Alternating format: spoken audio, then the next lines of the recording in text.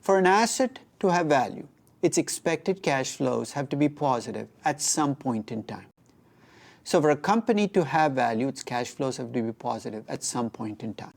For that business to have value, it has to have disproportionately large positive cash flows in the future. Because if you lose $1 billion in year one, you better make 5 or 10 billion in year 10 to make up for that $1 billion in year one.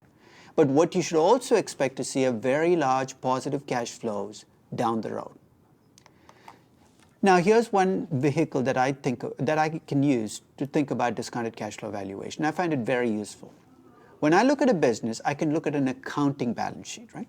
You've seen accounting balance sheets. There are assets to one side, liabilities to the other. But there are accounting assets and accounting liabilities. I prefer to use what I call a financial balance sheet. A financial balance sheet at one level is far simpler than an accounting balance sheet. At another level, it's far more complex. There are only two items on each side.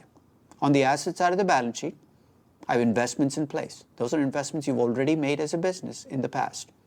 Those are the investments that are producing cash flows for you today.